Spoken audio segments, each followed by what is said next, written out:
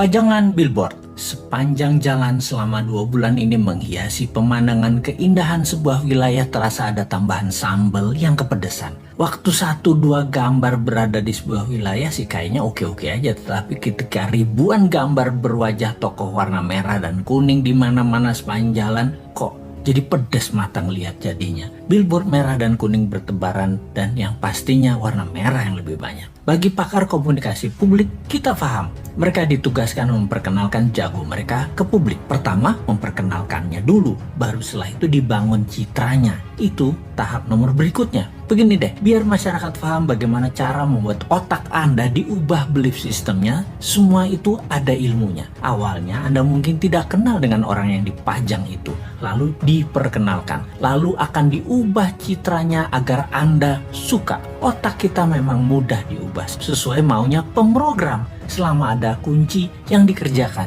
yaitu pengulangan, diperbanyak dan diulang-ulang. Ingat kata-kata Hitler, create a big lie, repeat it, eventually they will believe. Ciptakan sebuah kebohongan besar, ulang-ulangi, pada akhirnya mereka akan percaya. Sekali lagi, kuncinya adalah pengulangan. Jadi semua ini ada rumusnya dan hal ini bisa dipakai di produk sahabat atau di personal branding ketika Anda mau menjual diri Anda, apapun tujuannya. Salah satunya ingin jadi presiden. Rumus dasar promosi changing belief ini ada 4 step, di mana pikiran manusia yang ditarget tadinya akan diubah sesuai tujuan pemrogramnya. Yaitu 1, manusia itu unaware atau tidak kenal di awalnya. Kemudian 2, dia aware, menjadi tahu atau knowingness. Ketiga, likabilitas atau kesukaan.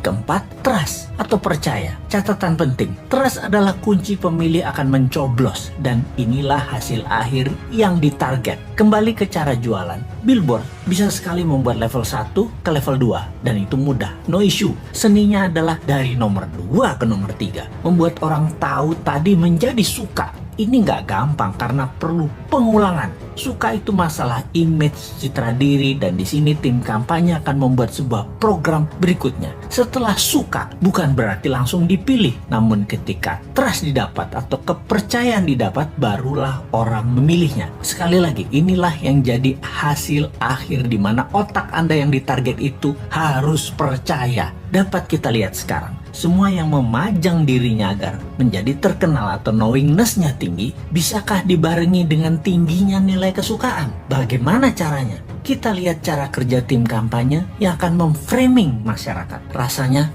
sulit kalau hanya pakai narasi, harus pakai karya. Kalau prestasi dengan award atau penghargaan itu sudah kuno, dapat gelar ini itu juga itu cara lama. Sulit menaikkan kesukaan dengan cara-cara seperti itu sekarang. Anak generasi IG dan generasi TikTok nggak bisa dengan cara itu. Beda mereka itu. Tapi bener deh, saya menduga dulu alias beberapa tahun yang lalu bahwa di tahun 2024 nanti orang yang menang di dunia digital atau di dunia maya peluangnya besar untuk dikenal dan disukai. Namun fakta menarik, karena ekonomi tidak tumbuh seperti janji kampanye, maka dunia maya hanya bisa mencapai 80% populasi urban atau orang-orang kota dan hanya mencapai 36% di pedesaan atau daerah rural. Alias kalau di total 55% manusia Indonesia ternyata belum terjamah informasi melalui internet dan sosial media. Dalam 5 tahun ke depan dari tahun 2019 ke tahun 2024, kalau ekonomi maju seperti target pejabat negara, maka perkotaan bisa mencapai 100% manusianya terjangkau internet dan 70% daerah rural, area pedesaan dan pelosok bisa mencapai 7%. Tapi hal ini tidak terjadi. Faktanya tidak tercapai. Maka spanduk, baliho, billboard masih jadi pilihan untuk membuat nomor 1 dan 2 dalam strategi pengenalan calon. Tapi 3 tahun itu masih lama. Bahkan orang yang disukai pada saat ini dalam 3 tahun lagi bisa jadi tidak disukai dan bisa saja ada orang baru yang muncul langsung lebih disukai banyak orang. Sahabat semua, di sini kita mengingatkan, bersiaplah dengan pengulangan citra positif para petarung di 2024 yang memang sedang mencari popularisme. Semoga Anda tetap dalam keadaan sadar bernegara yang berdaulat, tidak seperti pemimpin 20 tahun terakhir ini arah bernegaranya yang miring ke sana, miring ke sini. Walau pengulangan tadi masif, terprogram, terstruktur, selama Anda dibekali akal sehat, ya tetap bisa memilih yang akan membuat Indonesia tahun 2045 menjadi negara superpower, bukan jadi negara budak seperti selama ini. Kita